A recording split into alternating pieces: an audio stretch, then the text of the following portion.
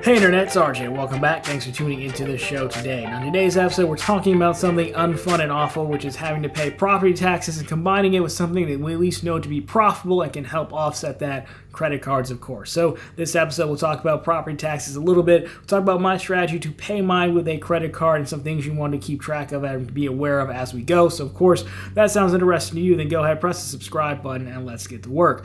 Now, first things first, I will say that down below there will be a video for you where I go into much more detail on how this all works from like the mortgage payment perspective, but we'll do a quick synopsis version of that to get you up to speed. But if you want a lot more detail, check that video out next. It'll be down below for you. But the Cliff Notes version is, whether everyone basically has to pay property taxes. If you're a homeowner, they send you the bill directly like this, or if you're renting, it's still included in your rental payment that you're making to that landlord. That's kind of how it works. Now, overall, the thing you need to know here is that when you purchase a home, usually the lender is going to say, hey, look, if you have less than 20% equity or loan to value ratio of less than 80%, then you're going to be required to have an escrow account. And the long story short of it, an escrow account basically takes your taxes and your homeowner's insurance. It breaks that total cost up over 12 months. And then when you make your mortgage payment, you're also basically prepaying your taxes and your homeowner's insurance. Lender holds on to that money, and then when your taxes come due, your homeowner's insurance comes due, the lender pays that on your behalf. It's believed to be less of a risk. That 20% number seems to be some magic number. I don't know if I really believe it, but it is what it is. That's how it works. And once you hit that 80% loan to value, or I think it's like 79, 78% technically, where the lender is supposed to do it for you, you can actually phone in and remove your home from escrow and manage everything yourself. You don't have to. So if this is annoying to you, you don't have to do it, but you have the right to. And again, there's a few different reasons why you'd want to do this. Number one, you're just paying a lot of money up front for no real value. Some states, they do require the lender to pay interest on that escrow account, but most don't. Mine doesn't. So it's just kind of dead money. And number two is, again, these are large bills that you have to pay. So again, we know how this works. That's a great segue into a credit card intro offer. So again, if you want to learn more about the escrow and breaking it all up in the math, you can check out the video down below. But this will be a deep dive into my property taxes. So again, once you're out of escrow and you're responsible for your property taxes, they come due. They just mail them to you, and they come in. So there's something that, I guess, one more thing to understand here is that in the country, there are actually over 4,000 different counties, and different counties can do this different ways because you're paying property taxes to the local municipality. So, for example, I have one house in Dearborn, Michigan. That's what this is from. And then I have another one in Ypsilanti, Michigan, which goes to Washtenaw Township, but it could have also been Washtenaw, the city of Washtenaw, I think. So there's a lot of different municipalities. So this could be slightly different depending on where you're at, but the concept is still very much the same. So they're going to send you a bill, and I'll black this stuff out and put it on screen for you so you can see. Again, yours may look different, or I'll just drop it on the floor there. But they give you the bill, and usually taxes are broken up into summer and winter, but again, there are some places where you just pay all at once. So for this particular bill that I'm looking at now, again on screen for you, they're saying make the payment due of $3,234.31. That is the 2023 summer tax bill. And then it's saying, hey, summer taxes are payable July 1st to September 14th without interest. So if you pay early, then you're good. There's no interest due. And they give you a bunch of different forms of payments. Now, of course, we're not here to learn too much about property taxes. Truth be told, I don't really pay attention to a lot of this stuff. But again, that's showing you what your taxes are for, your local services and things like that. So on the back of this, they list out all the different ways that you can pay. And of course, you can do mail in a check. You can walk into the office and drop a check. They have the due dates, things like that.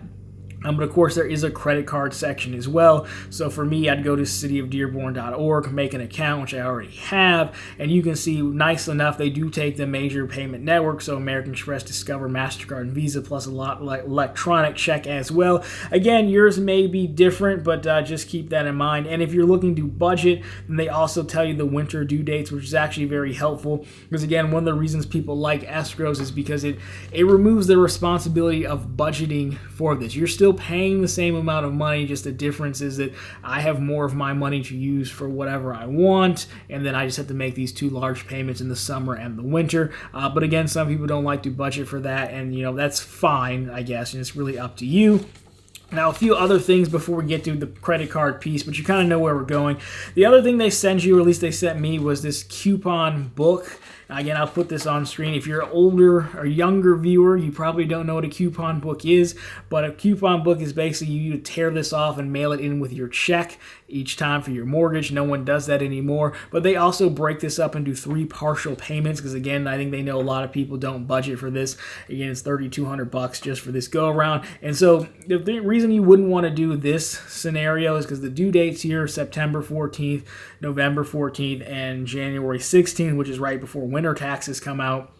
But if you, again, with the bill said that, hey, they won't, if you pay early enough, they won't start charging interest, and funny enough, this has you start mailing payments in after they would assess interest. So I would ignore this because you know what we're going to do. We're going to use a credit card. So that's a lot about property taxes. Now, this is pretty simple if you paid, taxes with you paid like your income taxes to the IRS before. It works the exact same way. The thing that you really want to check for, again, like the letter said, which payment networks do they accept? In this case, Dearborn accepts them all. Of course, can you pay with a credit card? Are they set up for it? By now, most should be, and the processing fee as well is something you want to keep track of. So in this case, I believe it's 2.8%. I'll put up a printout of my final receipt showing you the breakout of it.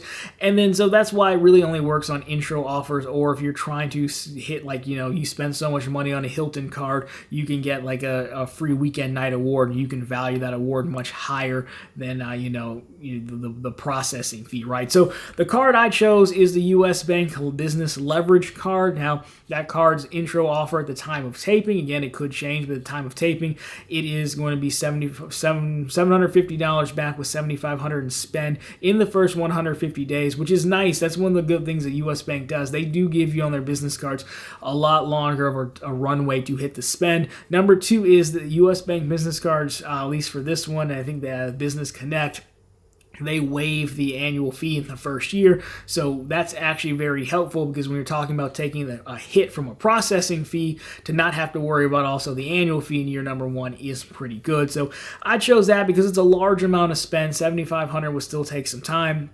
Number 2 reason is the leverage card has a ton of different 2% categories, and how the card works is they give you, I think they credit you the higher multiplier in your top spend categories each month, and my homeowner's insurance is also due around this time as well, so I know insurance is one of them, so I assume homeowners will trigger the 2%.